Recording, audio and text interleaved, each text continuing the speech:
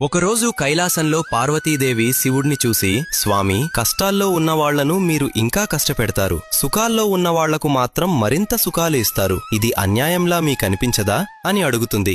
ఆ మాటలు విన్న శివుడు చిరునవ్వు నవ్వి, దేవి, నీ ప్రశ్నకు సమాధానం మాటల్లో చెప్పలేను. కొన్ని సత్యాలు మాటల్లో చెప్పలేం దేవి, అవి జీవితంలోనే అనుభవించి తెలుసుకోవాలి అని చెప్పి పార్వతీదేవిని భూలోకానికి తీసుకుని వస్తాడు. శివపార్వతులు ఇద్దరూ అలా నడుచుకుంటూ ఒక చిన్న గ్రామానికి చేరుకుంటారు. చాలాసేపు నడిచిన తర్వాత అలసిపోయిన పార్వతీదేవి, స్వామి, కొద్దిసేపు ఇక్కడే విశ్రాంతి తీసుకుందాం అని అంటుంది. ఆ మాటలు విన్న శివుడు, సరే, మనం ఇక్కడే విశ్రమిద్దాం, నేను వంటకు కావాల్సిన సామాన్లు తెచ్చివస్తాను దేవి, నువ్వు వంటపోయికి కావలసిన 3 ఇటుకలు తీసుకురా అని పంపిస్తాడు. ఇటుకల కోసం వెతుకుతూ పార్వతీదేవి ఒక ఇంటి దగ్గరకు వెళ్తుంది. కాని ఆ ఇంటిని వదిలేసి పక్కనే ఉన్న పాడుబడిన ఇంటి గోడ నుంచి ఇటుకలను తీసుకుని శివుడి దగ్గరకు వస్తుంది. ఇటుకలను చేతుల్లో పట్టుకున్న పార్వతీదేవిని చూసి శివుడు చిరునవ్వు నవ్వుతాడు. అది చూసిన పార్వతీదేవి, స్వామి, ఎందుకని అలా నవ్వుతున్నారు అని అడుగుతుంది. శివుడు కొంటిగా చిరునవ్వు నవ్వి, దేవి, చాలా కష్టపడినట్టు ఉన్నావని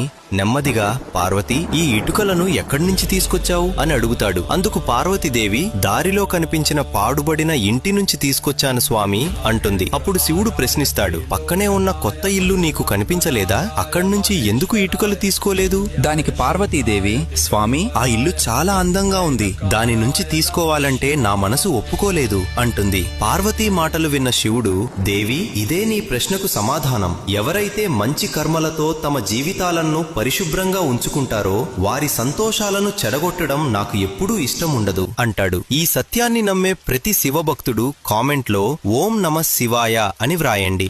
మహాశివుడు వినాయకుడికి ఏనుగు శిరస్సు పెట్టి ప్రాణం పోస్తాడు. అలా కొన్ని రోజుల తర్వాత ఒకరోజు శివుడు నిద్రపోతూ ఉండగా వినాయకుడు ఆడుకుంటూ శివుడి గది లోపలికి వెళ్తాడు. పడుకుని ఉన్న మహాశివుడి దగ్గరికి వెళ్లి పాదాల నుండి ముఖం వరకు ఆయనను నిశితంగా పరిశీలిస్తాడు. తండ్రిగారి గొంతు ఎందుకు నల్లగా ఉంది అని ఆలోచనలో పడిపోయి మెల్లగా ఆ గొంతు మీద చెయ్యి పెడతాడు. వినాయకుడికి ఒక్క క్షణం ఆయన కళ్ల ముందు దేవతలకి రాక్షసులకి మధ్య జరిగిన సముద్ర మదనం దృశ్యాలు అన్నీ కనబడతాయి. ఆ రోజు శివుడు ఆ భయంకరమైన విషం తాగి అనుభవించిన నొప్పిలో కేవలం 1% మాత్రమే వినాయకుడు అనుభవిస్తాడు. ఆ కొద్దిపాటి నొప్పికే వినాయకుడు తట్టుకోలేకపోతాడు. వినాయకుడు భయపడుతూ ఏడ్చుకుంటూ అమ్మా అమ్మా అని అరుస్తూ పార్వతీదేవి దగ్గరికి వెళ్లి, అమ్మా, నాన్న గొంతు ఎందుకు అంత నల్లగా ఉంది? నేను నాన్నగారి గొంతు మీద చెయ్యి పెట్టగానే ఏవేవో దృశ్యాలు కనపడ్డాయి అని ఏడుస్తూ చెబుతాడు. ఏం చెప్పండ్రా గణేశ, మీ తండ్రిగారికి చాదస్తం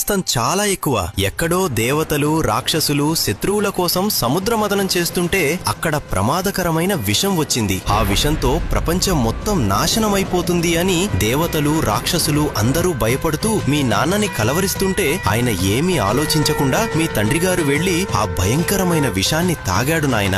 ఆ విషం మింగేస్తే ఆయనకే ప్రమాదం, అలా అని విషం బయటికి వదిలేస్తే మొత్తం లోకానికే ప్రమాదం అని ఆయన తన గొంతులోనే దాచేసుకున్నాడు. అందుకే ఆయనకి ఆ నల్లటి మచ్చ అని పార్వతీదేవి గణేశునికి చెబుతుంది. భగవంతుడు కొన్నిసార్లు మన అనుకున్న వాళ్ల కోసం ఏమీ ఆలోచించకుండా వారి సురక్షితం కోసం మనం ఏమైనా చేయడానికి సిద్ధంగా ఉండాలి. అది విన్న గణేశుడికి శివుడి గొప్పతనమేంటో అర్థమవుతుంది. మీకు మహాశివుడంటే ఇష్టమైతే హర్ హర్ మహాదేవ్ అని కామెంట్ చేసి మా ఛానల్ కి సబ్స్క్రైబ్ చేసుకోండి. కేదార్నాథ్ ఆలయాన్ని ఎవరు నిర్మించారో మీకు తెలుసా? కురుక్షేత్ర యుద్ధంలో ఎంతో రక్తపాతాన్ని సృష్టించి కొన్ని లక్షల మందిని చంపిన పాండవులు వాళ్ళ పాపాలను పోగొట్టుకోవడం కోసం వెళ్లి శివుడిని దర్శించుకోమని శ్రీకృష్ణుడు సలహా ఇస్తాడు. దాంతో పాండవులు పరమేశ్వరుణ్ణి దర్శించుకోవడానికి కాశీ వెళ్తారు. కానీ కృపాచారుడు లాంటి వాళ్ళని అధర్మంగా చంపినందుకు శివుడు పాండవుల్ని కలవడానికి ఇష్టపడడు. ఒక ఎద్దు రూపంలోకి మారి హిమాలయాలకు వెళ్లిపోతాడు. అది గమనించిన పాండవులు ఆ పరమశివుడు వెనకాల వెంటపడుతుంటారు. సరిగ్గా కేదార్నాథ్ వెళ్తున్నప్పుడు పాండవులు వెంటపడ్డం చూసి వీళ్ళు ఇంకా వదిలేలా లేరు అనుకొని శివుడు ఆ ఎద్దు రూపంలో భూమిలోకి వెళ్ళిపోతుండగా అప్పుడు భీముడు శివుడు వెన్నుపోసైన ఎద్దు మోపురాన్ని గట్టిగా లాగుతాడు. దాంతో శివుడు అంతర్ధానమై శివలింగం రూపంలోకి మారిపోతాడు. అప్పుడు పాండవులు శివలింగం చుట్టూ ఆలయాన్ని నిర్మించారు. ఇప్పుడు అదే మన కేదార్నాథ్ ఆలయం. ఇప్పటికీ ఆ శివలింగం ఎద్దు మోపురం ఆకారంలోనే ఉంటుంది. ఫ్రెండ్స్, ఓం నమః శివాయ అని కామెంట్ చేయండి.